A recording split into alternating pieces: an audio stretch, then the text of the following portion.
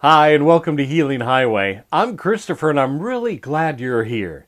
Now, whether you found your way here by accident, by invitation, or because something in you needed a quieter place to land, you're welcome at the table.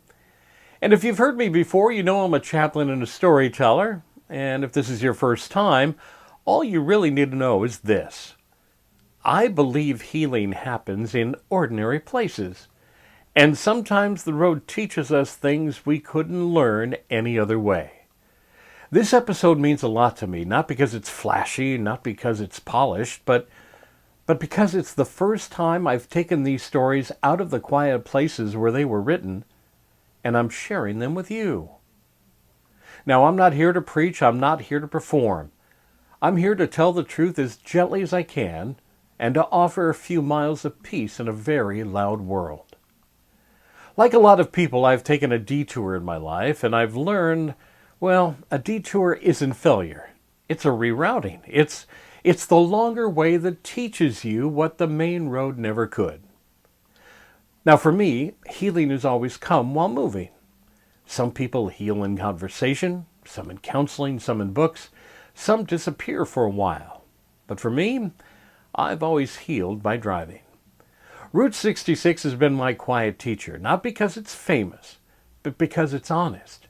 It slows you down. It leaves room to think. It doesn't rush your answers. And that's the spirit of Healing Highway. I share one story written in moments of breath, not marathons. We'll sit with it for a few minutes, pull out something practical for the road ahead, and remind ourselves that grace still works even when life feels worn thin. Now, this brings me to my very first Healing Highway story I ever wrote. And until now, these stories have lived on the road with me. They were written during some of the hardest and quietest moments of my life. Moments when those around me had no idea what I was carrying. Moments when I didn't know what came next. And moments when grace showed up at a gas station or a dusty turnout and kept me going. Now, they weren't written to impress anyone. They were written to help me breathe. The very first story is called Gas Stations and Grace. So there's something about the clink of a gas station bell in the middle of nowhere that hits a little different. Feels more sacred than any cathedral I've ever stood in, and I've stood in a few, stained glass, pipe organs, the whole thing. But out here, Amboy, California, Tucumcari, New Mexico, Winslow, Arizona, Amarillo, Texas. You pull off for gas and suddenly the whole frantic world just lets go of you. You're not late. That meeting, let it wait. The news, it will still be there tomorrow and just as loud. And whatever part of you is dragging behind finally catches up, kind of breathless maybe, but grateful. I wasn't chasing some big healing moment when I first rolled down this stretch of Route 66. I just needed air, space, somewhere that wasn't the same four walls and that weird soul-crushing hum of burnout. But what I got, it was something deeper.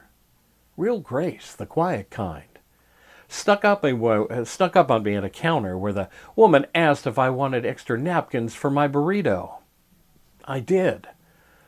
Or in a sky so stupid wide it made my brain go numb and sit still for the first time in weeks. And yeah, it showed up in the quiet, that beautiful, honest, dusty quiet. See, gas stations out here aren't just for topping off the tank. They're like little chapels for tired people. You don't plan for them to hit you that hard, but they do, because somewhere between pump number 3 and the candy aisle indoors, your shoulders drop. And you realize just how much you've been carrying. You stop rushing. You just stand there and something inside of you exhales. That's when you start noticing some really weird little things. Like the soft squeak of your sneakers on sun-baked concrete. Or the way the Coke machine sounds, probably older than you, it's still humming like it knows secrets. And the air. It smells like old motor oil and creosote bloom. You notice something. You notice you're alive. And for once it doesn't feel heavy. Grace, I've learned, doesn't always come in like a lightning bolt. Sometimes it just sort of appears. Like a cup of coffee that tastes like it's been brewing since 1965 in the best possible way. It's served with a view of absolutely nothing but open road. And honestly, that might be the whole point. You see, grace on Route 66 moves slow. It doesn't try to fix you, doesn't ask you to be better or braver or more enlightened. It just shows up, usually when you've stopped trying so hard, and it stands there with you. Maybe in the form of a breeze or a stranger who's been working the registers since Reagan was still on a cereal box. Mental health isn't always a war you fight with self-help books and productivity hacks. Simply because some people need something more than Og Mandino, Dan Millman, or Eckhart Tolle. Sometimes it's just letting your system reboot long enough to notice what still works. These little roadside stops reminded me of that. They whispered, "Hey, you don't have it all figured out. Just be here, that's enough." I remember pulling into this busted up lot, real dusty, sign half flickering, and it read, "Last stop for 60 miles. I went inside, grabbed a water, got in line behind some guy humming Merle Haggard to himself. The cashier looked right over him and dead in my eye, and he said, "You good out there?" I wasn't, not really, but I was closer than I had been in a very long while. And I guess that's the thing. On Route 66, people still ask you stuff like that, and they mean it. And somehow the land hears it too. It holds space for the real answer, whatever it is.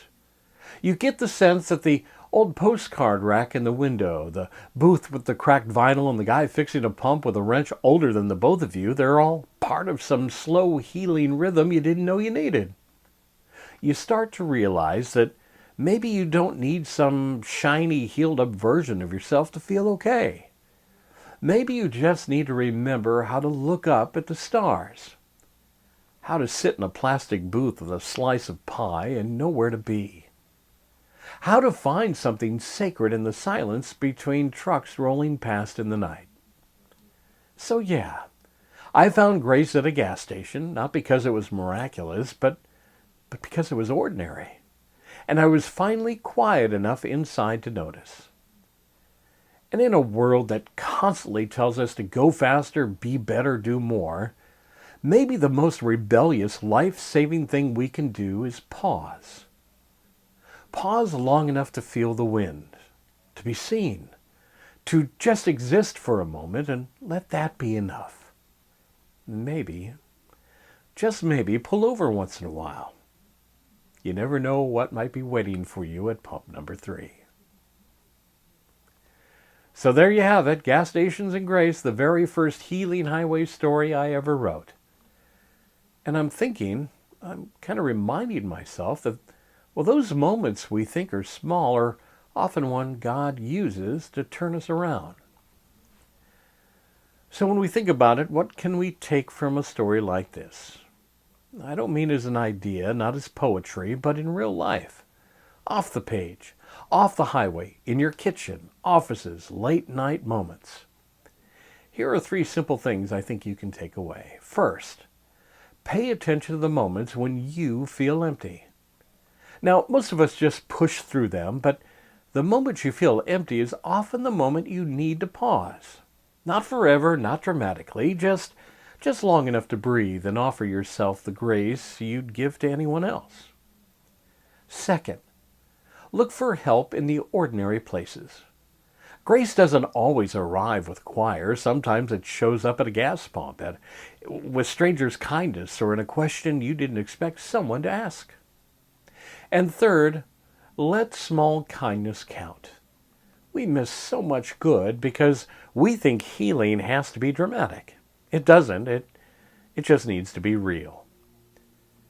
And I think that allows me to segue to my next part of the Healing Highway.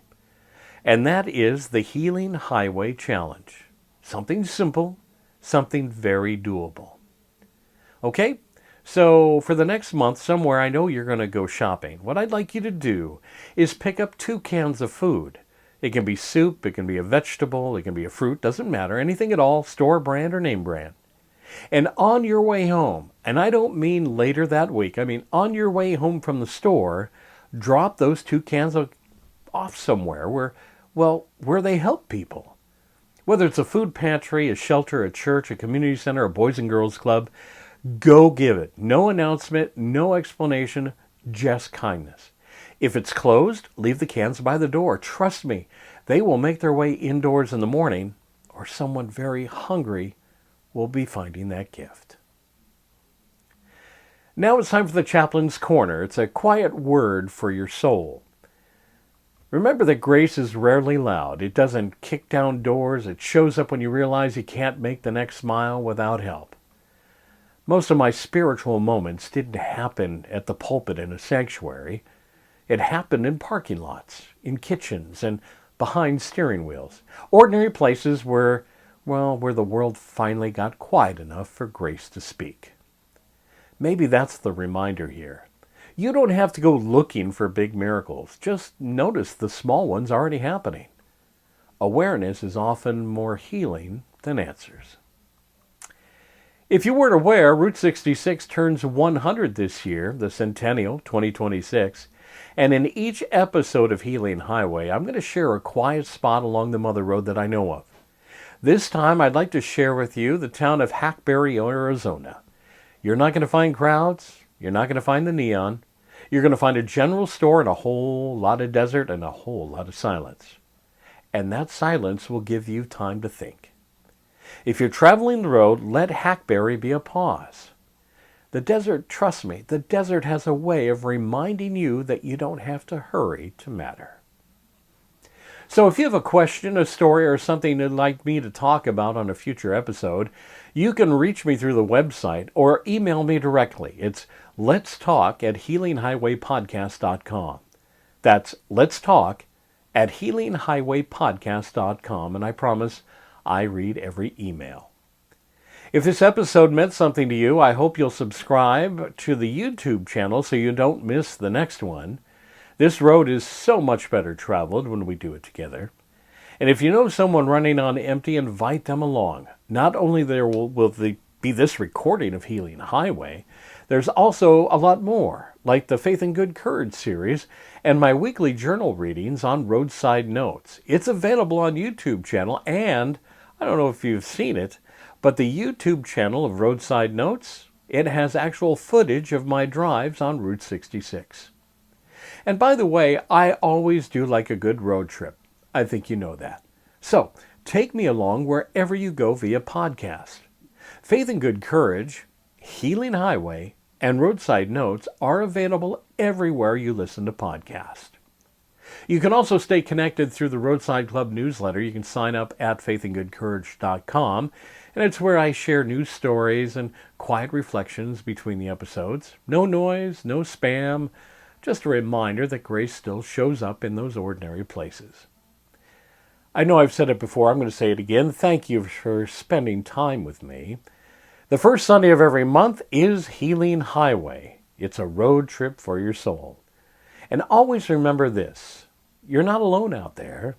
Grace meets you where you are, and the road always knows the way home. Travel well, my friends. Have faith and good courage.